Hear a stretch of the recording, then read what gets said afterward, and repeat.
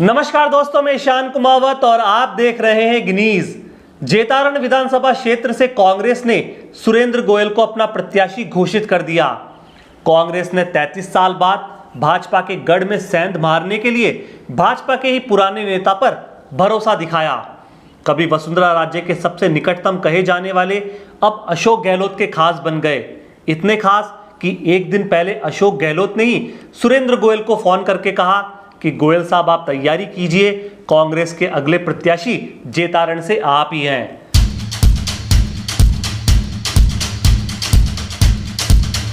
सुरेंद्र गोयल जेतारण से 5 बार विधायक चुने गए, 2 बार संसदीय मंत्री रहे। जेतारण की राजनीति में सुरेंद्र गोयल का खासा दबदबा है। सुरेंद्र गोयल ने 1980 और 1985 में हारने के बाद 1990 में पहली बार विधायक चुनकर जेतारण की सत्ता संभाली।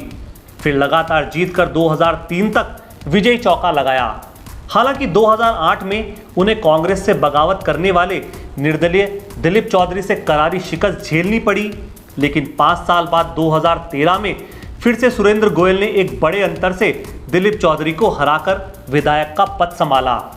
2018 में भाजपा ने सुरेंद्र गोयल का टिकट काट दिया और यहां पे सुरेंद्र गोयल की नाराजगी देखने को मिली। उन्होंने भाजपा से इस्तीफा दिया, अलग होकर अपनी एक अलग राह बनाई, निर्दलीय मैदान में उतरे। हार जरूर गए लेकिन पार्टी हाईकमान को एक बड़ा मैसेज दे दिया। अब सुरेंद्र गोयल ने कांग्रेस का दामन थामकर फिर से जेतारण के चुनाव में उतरने का फैसला किया और माना जा रहा है कि उनकी एंट्री से कांग्रेस की दावेदारी मजबूत बन गई है। सबसे बड़ी बात है कि 1980 से लेकर अब तक यानी 2023 को भी शामिल कर लिया जाए तो 10 विधानसभा चुनाव हो चुके हैं और हर बार सुरेंद्र गोयल विधानसभा चुनाव में उतरे जरूर हैं।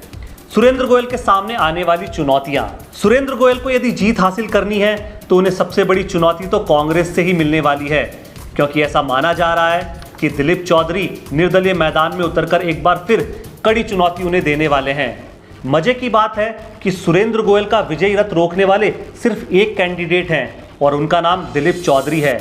और उससे भी मजे की बात यह है कि 2008 में जब दिलीप चौधरी मैदान में उतरे तो बतौर निर्दलीय प्रत्याशी ही वो उनके सामने खड़े थे। एक बार फिर इस तरह के समीकरण बन रहे हैं और सुरेंद्र गोयल को यहाँ पे सबसे बड़ी चुनौती मिलने वाली है। इसी के साथ सुरेंद्र गोयल को कांग्रेस के अन्य उम्मीदवारों को भी मनाने की सबसे बड़ी चुनौती होगी और इस कसौटी पर वो कैसा खरा उतरते हैं ये भी देखने वाली बात होगी। सुरेंद्र गोयल का मजबूत पक्ष, सुरेंद्र गोयल अनुभवी हैं, जनता के बीच जाना पहचाना नाम है, हर मतदाता से जुड़े हैं। ओबीसी वर्ग से आने की वजह से एक बड़ा वोट बैंक उनके खाते में दिखाई देता है जो सीधे तौर पर इनके पक्ष में वोट कर सकता है। वैसे दोस्तों, सुरेंद्र गोयल के नाम पर मोहर लगाकर कांग्रेस ने जेतारण के विधानसभा चुनाव को और भी रोचक बना दिया।